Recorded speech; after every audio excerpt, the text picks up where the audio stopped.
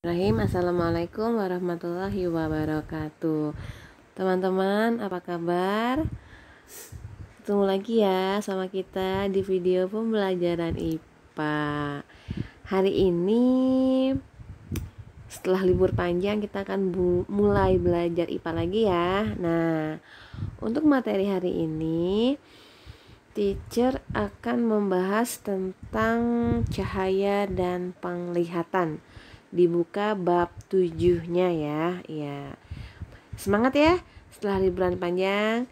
Mudah-mudahan semangat kamu tidak pernah luntur. Yuk kita mulai menyaksikan video penjelasan berikut ini. Sekitar kita, bagian B tentang sifat-sifat cahaya, bagian C tentang indera penglihatan, dan bagian D tentang alat optik. Hari ini kita akan bahas dua bagian dulu ya, yaitu bagian A dan bagian B. A. Cahaya di sekitar kita. Kita bisa melihat benda karena ada cahaya yang mengenai benda tersebut. Cahaya berasal dari benda-benda yang menghasilkan cahaya yang kita sebut sebagai sumber cahaya. Sumber-sumber cahaya antara lain cahaya matahari, cahaya lampu, dan api. Cahaya dibedakan menjadi dua, yaitu cahaya tampak dan cahaya tidak tampak. Cahaya tampak yaitu cahaya yang dapat ditangkap oleh mata, seperti cahaya merah, kuning, dan ungu.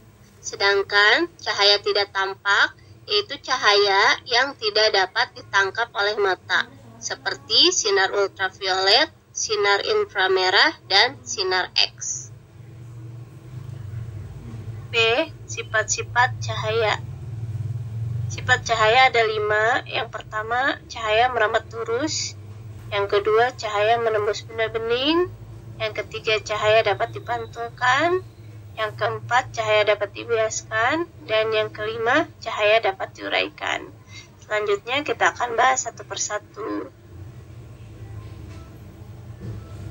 1. Cahaya merambat lurus. Dulu, ibu pernah memotret melalui HP para peraih medali tahfiz. Dan tanpa sengaja, ibu mendapatkan bukti bahwa cahaya itu benar merambat lurus. Perhatikan tanda panah ungu yang ada di sebelah kanan atas ya. Pasti kalian melihat ada seberkas cahaya yang merambat lurus ya, tidak berbelok-belok dari atas ke bawah mengenai salah satu medali peraih tahfiz tersebut. Nah, ini sudah bisa menjadi bukti bahwa cahaya itu benar merambat lurus. Contoh lain cahaya merambat lurus adalah ketika di pagi hari ya, ada cahaya yang masuk melalui jendela rumah kita ya. Nanti akan terlihat seberkas cahaya yang merambat lurus. Lalu kalau kalian masih penasaran, ingin membuktikan bahwa cahaya itu merambat lurus, kalian bisa melakukan praktikum seperti pada gambar di bawah ya. Jadi kalian sediakan 3 karton ABC atau kayu ya yang lebih tegak dan diberi lubang, masing-masing diberi lubang kartonnya dengan letak lubangnya yang sama ya. Kalau misalkan dia di atas, berarti ketiganya dilubangi di atas. Kalau lubangnya di tengah, maka lubangnya itu, ketiga kartonnya itu dilubangi di tengah, sama letaknya ya. Nah, bagaimana caranya? Kalian letakkan karton A, B, C itu sejajar dan posisi lubangnya itu sama ya. Lalu di ujungnya itu, di ujung karton C, letakkanlah lilin yang menyala atau benda yang akan diamati ya. Setelah susunannya benar ya, maka kalian lihat lilin menyala atau benda yang di ujung karton C pada lubang yang di karton A. Maka lilin yang menyala atau bendanya itu pasti akan terlihat. Kenapa bisa terlihat? Karena cahayanya itu merambat lurus dari lubang karton A, karton B ke karton C ya, sehingga kita bisa melihat lilin yang menyala. Tetapi ya, ketika karton B kalian geser ke kiri atau ke kanan, pasti lilinnya itu tidak akan terlihat. Kenapa? Karena berkas cahaya yang melalui karton A, dia tidak bisa merambat ke karton B karena lubangnya itu sudah berpindah sehingga lilinnya itu tidak akan terlihat. Nah, inilah yang membuktikan bahwa cahaya itu merambat lurus. Dia tidak bisa merambatnya berbelok-belok. 2. Cahaya menembus benda bening. Benda yang berkaitan dengan cahaya dibagi dua, yaitu benda bening dan benda gelap. Benda bening adalah benda yang bisa ditembus cahaya. Contoh benda bening adalah gelas kaca, akuarium, air, kaca jendela, dan lain-lain. Perhatikan gambar di bawah. Ikan yang ada di dalam akuarium bisa kita lihat karena akuarium dan air yang ada di dalamnya termasuk benda bening, sehingga cahaya bisa menembus akuarium dan air tersebut ya. Lalu benda gelap adalah benda yang tidak dapat ditembus oleh cahaya. Contoh benda gelap adalah papan, buku, cermin, pohon, dan lain-lain. Benda gelap yang dikenai cahaya tidak akan diteruskan, melainkan akan membentuk bayangan. Perhatikan gambar di bawah. Ada sebuah pohon. Pohon itu termasuk benda gelap. Jika dikenai cahaya matahari, maka cahaya matahari itu tidak bisa menembus pohon, sehingga nanti pohonnya akan membentuk bayangan. 3. Cahaya dapat dipantulkan. Cahaya dapat dipantulkan pada benda-benda yang memiliki permukaan yang mengkilap, seperti permukaan air dan cermin. Pemantulan cahaya dibedakan menjadi pemantulan teratur dan pemantulan baur. Perhatikan gambar di bawah. Gambar A merupakan pemantulan teratur dan gambar B merupakan pemantulan baur. Kita bahas satu persatu. A. Pemantulan teratur. Terjadi jika cahaya mengenai benda yang memiliki permukaan rata dan mengkilap. Hal ini mengakibatkan sudut sinar datang sama dengan sudut sinar pantul. Misalnya, pemantulan pada cermin dan permukaan air yang tenang. B. Pemantulan baur. Terjadi jika cahaya mengenai benda yang memiliki permukaan kasar dan bergelombang. Hal ini mengakibatkan sudut sinar datang tidak sama dengan sudut sinar pantul, sehingga bayangan benda yang dihasilkan tidak serupa dengan benda aslinya. Misalnya, pemantulan pada tembok dan tanah. Pemantulan pada cermin. Pemantulan pada cermin dibedakan menjadi 3, yaitu pemantulan pada cermin datar, cermin cekung, dan cermin cembung. Perhatikan gambar di samping ya.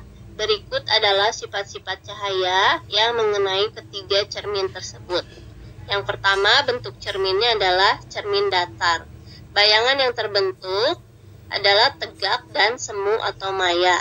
Besar dan tinggi bayangan sama dengan besar dan tinggi benda sesungguhnya. Jarak benda dengan cermin sama dengan jarak bayangan ke cermin. Bagian kanan bayangan merupakan bagian kiri pada benda sebenarnya dan sebaliknya. Contohnya adalah cermin rias, kaca jendela, dan permukaan air yang tenang. Lalu yang kedua, bentuk cerminnya adalah cermin cekung. Bayangan yang terbentuk akan tergantung pada letak bendanya. Jika letak benda amat dekat dari cermin, bayangannya adalah tegak, lebih besar, dan semu atau maya. Jika letak benda cukup jauh dari cermin, bayangannya adalah nyata, terbalik, dan diperbesar. Jika letak benda jauh dari cermin, bayangannya adalah nyata, terbalik, dan diperkecil. Contohnya adalah bagian cekungan sendok, bagian dalam senter, dan bagian dalam lampu mobil. Yang ketiga, bentuk cerminnya adalah cermin cembung.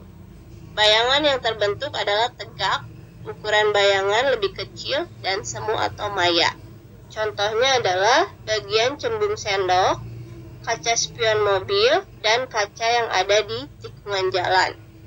Keterangannya, bayangan semu atau maya merupakan bayangan yang tampak pada cermin, sedangkan bayangan nyata merupakan bayangan yang tidak tampak pada cermin, tetapi dapat ditangkap di depan layar. 4. Cahaya dapat dibiaskan. Pernahkah kalian memasukkan pensil ke dalam gelas yang berisi air? Jika pernah, kalian pasti melihat keanehan ya dari bentuk pensilnya. Pensilnya itu terlihat seakan-akan patah. Tapi apakah benar patah? Kalau kalian penasaran, kalian ambil lagi ya pensilnya, angkat ke atas, dan ternyata pensilnya tidak patah dan tetap lurus ya. Apa yang terjadi ya ketika pensil dimasukkan ke dalam gelas yang berisi air, maka cahayanya itu akan dibelokkan atau dibiaskan ya. Itu namanya, peristiwanya adalah pembiasan cahaya. Nah, dalam kehidupan sehari-hari, contoh peristiwa pembiasan cahaya adalah terjadi ketika kita berada di atas kolam ya. Kolam itu terlihat lebih dangkal jika dilihat dari atas, padahal sebenarnya kedalaman kolamnya itu akan lebih dalam ya. Pembiasan cahaya terjadi ketika cahaya merambat melalui dua medium yang berbeda kerapatannya ya. Air, udara, dan kaca memiliki kerapatan yang berbeda. Kaca lebih rapat dari air, dan air lebih rapat daripada udara. Perhatikan ya gambar pembiasan A dan B. Pada gambar A terjadi pembiasan cahaya dari udara ke air. Udara memiliki kerapatan yang lebih rendah daripada air. Jika cahaya atau sinarnya datang ya dari udara ke air, maka sinar biasa itu akan mendekati garis normal karena medium udara lebih rendah kerapatannya dari air ya. Jadi jika cahaya melalui medium yang kurang rapat ke medium yang lebih rapat, maka sinar biasnya akan mendekati garis normal. Sedangkan pada gambar B itu adalah pembiasan cahaya dari air ke udara. Berarti cahayanya merambat dari medium yang lebih rapat ke medium yang lebih rendah kerapatannya. Maka sinar biasa itu akan menjauhi garis normal. 5. Cahaya dapat diuraikan. Cahaya putih seperti cahaya matahari dan cahaya senter yang dilewatkan oleh benda-benda tertentu akan mengalami penguraian warna. Contoh benda yang dapat menguraikan cahaya putih adalah prisma kaca dan titik-titik air ya. Jadi ketika ada cahaya putih mengenai prisma kaca, maka cahaya putih itu akan terurai menjadi 7 warna, yaitu merah, jingga atau oranye, kuning, hijau, biru, nila, dan ungu. Dalam kehidupan sehari-hari, contoh penguraian cahaya terjadi pada pelangi ya.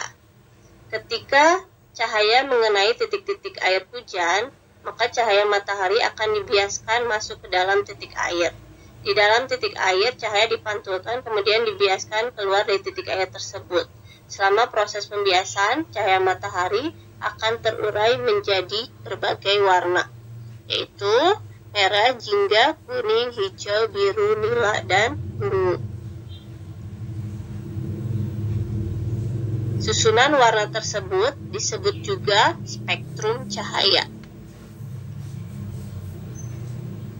Tugasnya hari ini adalah mengerjakan kuis di buku paket halaman 116.